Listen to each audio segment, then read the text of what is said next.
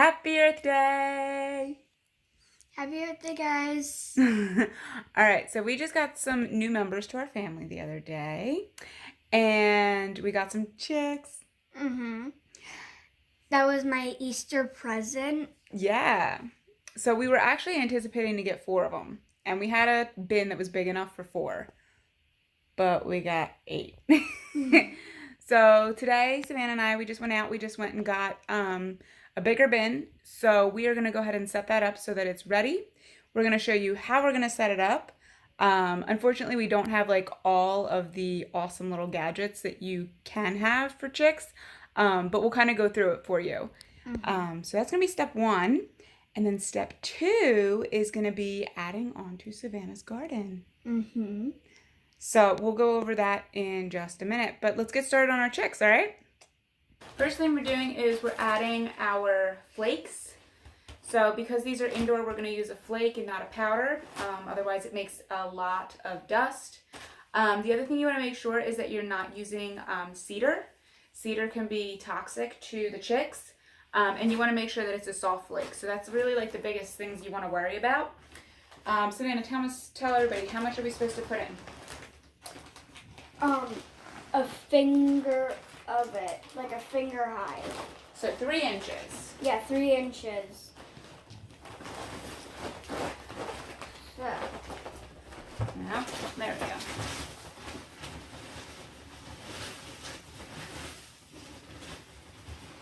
So what are you most excited for? I'm mostly excited for the chicks to be moved into a new room because I think it's going to be challenging / fun. Cool. And I like things that are challenging and fun. So cool. Alright, should I open it bigger? I know this worked for the other one. But... Yeah. Okay.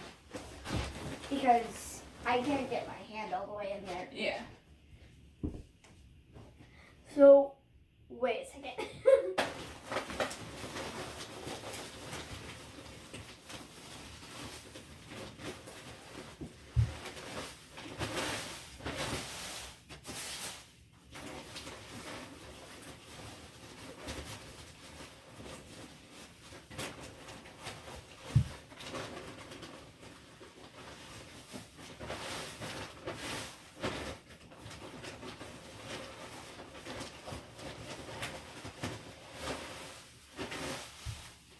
Yeah, these flakes smell good. Yeah, these are pine flakes. Ooh. So we got poulettes, which are all the female ones. So we're expecting eggs. We're not going to try to do Meat. Yeah, we're not doing the meat chickens. I forget what it's called. The runs. There we go. We're not doing runs.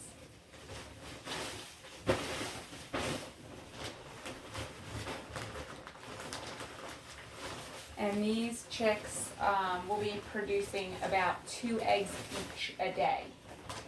So I'm going to be pretty excited about that. Because I learned from my Aunt Manita, she has chickens and they lay eggs. And so I'm pretty secure about that. You just need to watch out because they're protective of their eggs. Yeah. And they might try and nip you. Alright, so why don't you go ahead and kind of flatten that out a little bit on the on that end over there. Yeah. Cool. Can you lift that up? Yeah. Oh, I'm holding it this whole time. Yeah, that looks like it'll be enough.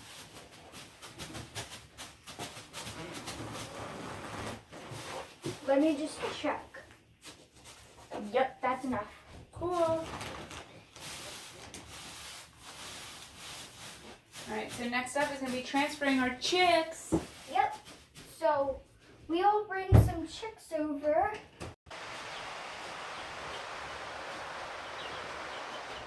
So this is what we had them in before. And this is just like a standard Rubbermaid. Don't touch that. Okay. So I think this is like a 35 gallon. Yeah, it's a 32 by 19 Rubbermaid, which is fine if you're doing something like 4 chicks or less.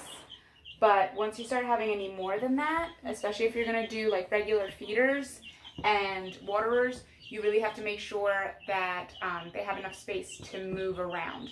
So that's what we ran into. So we went ahead and set everything up, and we're just going to show you this way because it'll be a lot easier.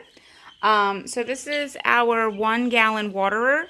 What we found is that it's a lot easier if you can get a hanging waterer with nipple. And that way, you see how there's like all the cedar, not the cedar, I keep calling it that, all the pine chips in there. Having it hanging will make it a lot harder for them to flick up any chips, as well as they won't be able to desecrate in there. Go potty in there. Yeah. Defecate is what I was looking for, but there we go. Pregnancy brain, sorry guys.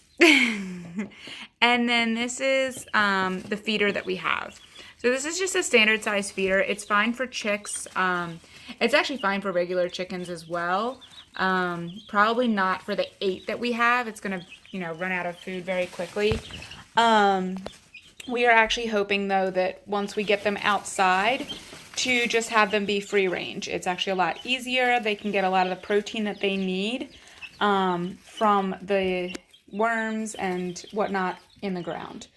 But this is what we have so far, and we actually just ordered a new waterer, so hopefully we'll get that hooked up within a week or so, because pretty much we're going through like a gallon of water a day, having to clean this out every day, which wouldn't be like a big deal, but we have to add the probiotics and what else? The probiotics, and I think it's like an enzyme or something to their water. So it's like if we end up wasting a lot of it because we end up having to throw away a lot of water. So Savannah, you want to tell us about the heat lamp? So you can't touch that part because it gets really, really hot. Yeah. But you can't put the water next to the heat lamp because then the water will get really hot. Mm-hmm. So you have to put the food closer to the heat lamp. So this, you can use any kind of thermometer, but you have to use a thermometer. Usually when they're chicks, you have to keep it at, so what's it, 90? Yeah, when they're first born, you want it to be 90 degrees. And then each week after, you can lower the heat by 5 degrees. So you can do that if you have, like if you can regulate the temperature on your heat lamp, kudos, you can do it that way. Or I think if you raise the heat lamp 3 inches, it will lower the temperature, the 5 degrees. So those are the 2 options. We'll just be raising ours up. We also, because of how big our bin is and how concentrated our light is, our chicks have the ability to go from a hotter climate to a cooler climate. And that was another reason that we really wanted, a bigger bin, because a lot of our chicks seemed to be huddled in one spot, and so they were kind of overheating. And this is going to make it easier for them to be able to move. So those are our chickies. And they should. And we're going to show you, I have one. He likes to side-eye me. I said he, but they're a she. So these are brown poulettes. So they're all female. They're egg-laying chicks when they turn into chickens, of course. Oh, yes. The one that plays dead. Oh, don't touch him. But that one, right there. She will side-eye me every time I come in. So yeah, those are our chicks. So now on to the garden part of Earth Day. So when we got this house, we inherited these like huge garden beds in the front of our house that are completely untaken care of. There's nothing that was like supposed to be grown here, just a lot of weeds. And so we've been adding slowly but surely, every once in a while, as much as we can, some flowers. So this is Savannah's flower garden. And so far she's got a couple flowers growing on there. We've got daffodils, and do you remember what the purple ones are called? No? Alright, so we've got some I can't remember what those Oh, those were the crocuses. Yeah. So we had crocuses that have already bloomed. These little purple ones, which I'm not really sure what they're called. And then the daffodils. And today we're going to go ahead and add, so we picked out, we've got some echinacea. We've got some geranium. And we've got 2 bulbs of dahlia. So we're going to go ahead and plant these for now.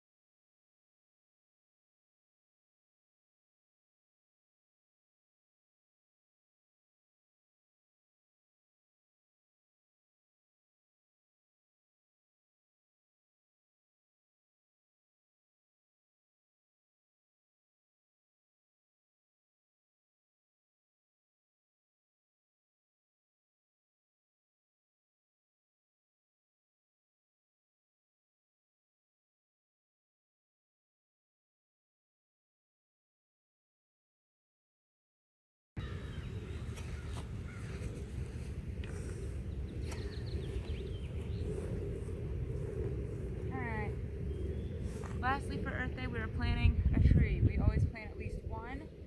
In the past, we've done a few trees. We've always done at least one. So we are doing a lemon tree. We're going to start off with one, and we're going to try to add on to it, because with fruit trees, you normally need, 2 or 3 for them to actually be able to produce fruit. So. This is kind of like what we did for the garden. Yeah. So you want to start off with your hole.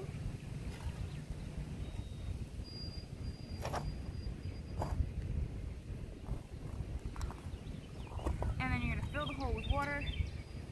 And then you'll go ahead and put the tree in. And we're going to go ahead and do all that and speed it up.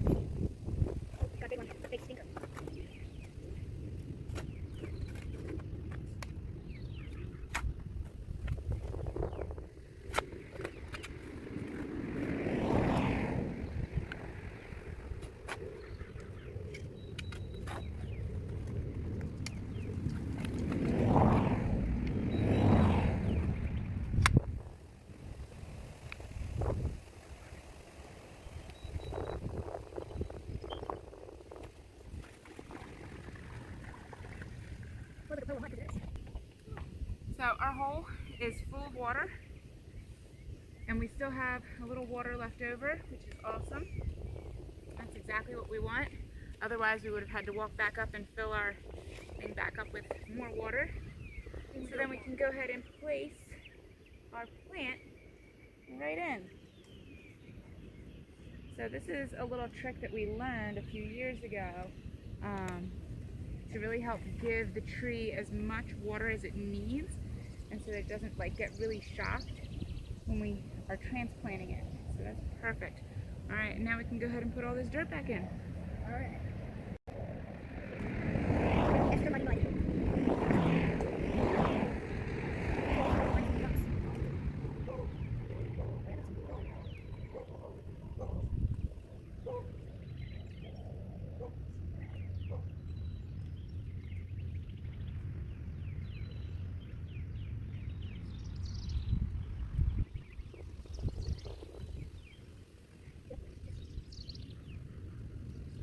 Your hand's literally sitting in a pile of dirt. Get that dirt, put it in a hole.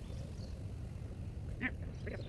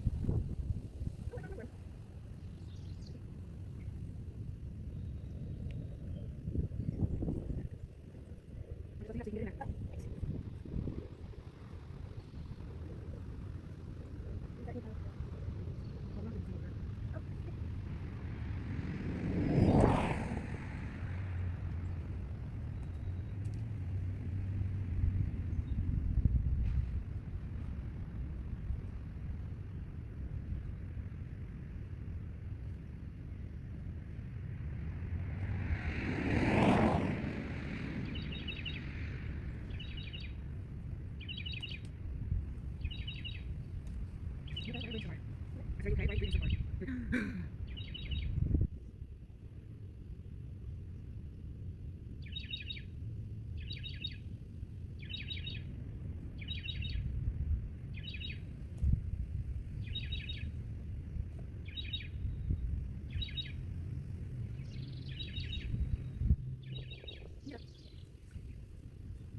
You're not gonna go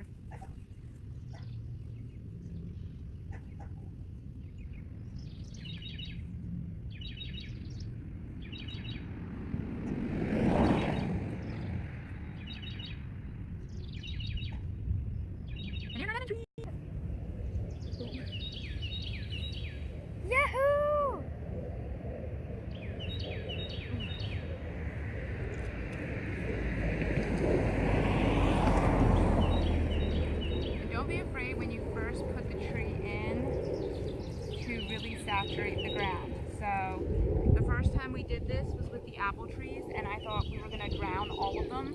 Trees have an innate ability to drink up a lot of water. So let it cool up a little bit. It's going to sink back down. We're going to be back down here in about an hour, so we'll be able to check on it.